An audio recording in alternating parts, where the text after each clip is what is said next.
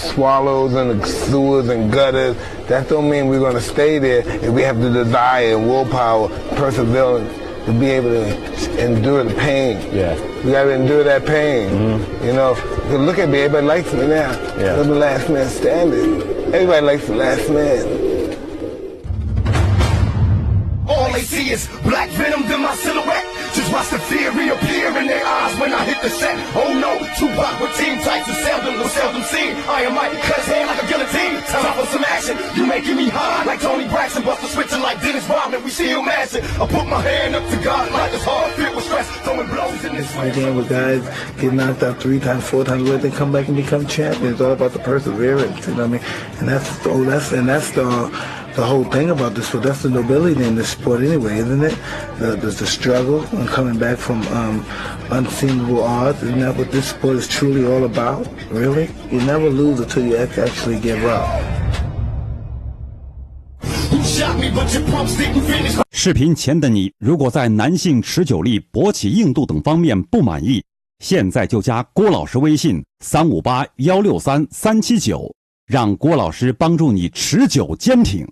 延时20到40分钟，补肾壮阳，延时助勃，增强夫妻性生活。28天彻底告别快男软男，做回自信的自己。记住微信358-163-379。Next in line, so get it hard, problem check before you step to mine and sell it. I hardly know you, don't bother me to show you. Let your head get gas by that fast promoter. Beat feel forever, so feel my lever and combinations. Connected like Dr. Steady formation, swift and deadly, cause this be deadly. I'm a soldier, it's too late now. I tried to told you, beat feel forever, so feel my lever and combinations. Connected like Dr.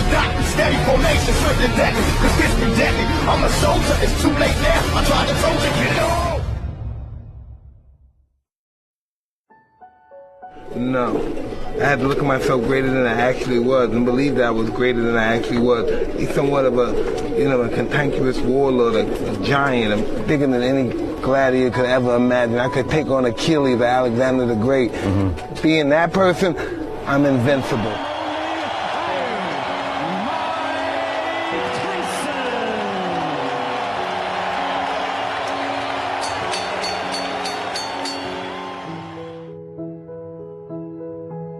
If you ask someone with no interest in combat sports to name 2 boxers, there's a good chance they'll name Muhammad Ali and Mike Tyson. The 2 great heavyweights that are so easy to recall, often painted as polar opposites. I would give everything up if all the fighters that I fought and all their trainers and their family and all those guys, all those they remember that I would give it all up. Because that's what it's all about among my peers. I want their respect. Because they know how hard it is to get to the top. As a child, Tyson was bullied and slowly found himself living a criminal, gang-related lifestyle. By his 13th birthday, he had been arrested more than 30 times. Things didn't get any easier either, losing his mother to cancer a few years later. This left him in the care of his trainer and father figure, a man who would change his life forever, Cus D'Amato. Having watched him come from where he was to what he is, I can say honestly I have a very deep affection for him. I do. To me, he's my boy. He's with me. I never look at it as he's my trainer, my manager. He's like my father. Cus brought the very best out in Mike. He made his aggression an asset and turned his fear into fire. Tyson went on to win 2 gold medals in the Junior Olympics, winning every bout by knockout. Though snubbed from the 1984 Olympic team, D'Amato made the decision for Mike to turn professional at just 18 years old. I was just ashamed of my life, so I had to make it. I absorbed everything, and I just wanted to leave the world that I was a part of. I wanted to go somewhere else. Tyson, arguably the most devastating fighter of all time, is remembered primarily as a villain. Or rather, a lost cause or waste of potential. Possibly one of the greatest fighters who ever lived, but was misled after the loss of his father figure and sent into a downward spiral. When meeting the best of the best, in Evander Holyfield and Lennox Lewis, Tyson was no longer the same fighter. Over time, and after a stint in prison, he had turned into a slower, less convincing, flat-footed brawler. One of the remaining questions now is if this explosion of curiosity can propel Tyson's confidence and aura in the ring, something that has been lacking for years now. However, in his early days, Mike was like no other. A man who steamrolled his way to the top of the division to beat Floyd Patterson's record for becoming the youngest heavyweight champion in history. There's another fight fan I was watching like that. I would say he's a mean mother I ever saw in my life. What I saw in him is that smoldering fire, that killer instinct that he used to have. He looked like he was mad at everybody, and I think he brings that to fight. He needs that intensity, and he is well trained. So what we may see is a meteor about to launch here. For a man of just 5 feet 10 inches and 20 years of age, Tyson's rise was extraordinary. Right on the jaw. The truth is, Tyson's best punches connected on the way in, shattering hooks and uppercuts.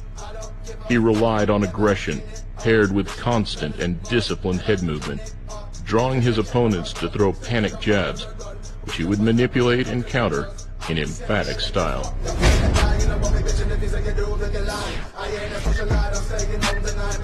In fact, the swift head movement, or lack of, is what eventually led to the downfall of Iron Mike. Generating massive punching power from his legs, Tyson overwhelmed his opponents with highlight reel style knockouts. I like how she riding, cause she take that shit all in that back.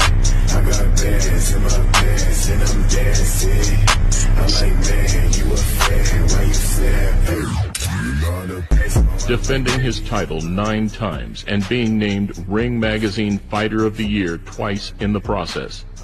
In 1988, Tyson set yet another heavyweight boxing record when he bludgeoned Michael Spinks into defeat in merely 91 seconds. He's down again and in serious trouble. The quickest heavyweight title defense ever. I used to know that he could never beat me. That particular guy, don't care how good he is, don't care if I died or something, he became the best. And he could beat everybody and he obliterated, he could never beat me. His fearsome reputation, both inside and outside the ropes, led to the Brownsville fighter being coined the baddest man on the planet. Now married to Robin Givens, in 1988, Tyson signed with famous promoter Don King. A string of bad decisions which would ultimately lead to his demise. His winning streak came to an end 2 years later in one of the biggest sporting upsets of all time. Oh, the uppercut. What an uppercut by Douglas, and down goes Tyson. It's over. It's over. Mike Tyson has been knocked out. Let's go ahead and call it the biggest upset in the history of heavyweight championship fights. We still witness some of the most exciting and energetic scenes the sport has ever seen. The boxing world was lit up like never before. Though, from the Lewis press conference to the ear bite, as the sport boomed, things continued to crumble for Mike. Eventually, the fire burnt out. After suffering a handful of losses to lower opposition in his last few fights, Mike called an end to his career in 2005. Tyson has always struggled with the man in the mirror, though he has developed into the most humble and unassertive version of himself we've ever seen. A tragic hero to many, an anti-hero to the rest. In a rise to the top of the world, arguably sport's biggest accolade at such a young age, Mike Tyson's story is simply unequaled. As we now witness a new and revived heavyweight division, minus the drama, could we be seeing a similar rise to greatness from Wilder, Joshua, or any other big names? Only time will tell. But whether they can match the excitement and thrill that Tyson brought to boxing is another story altogether. The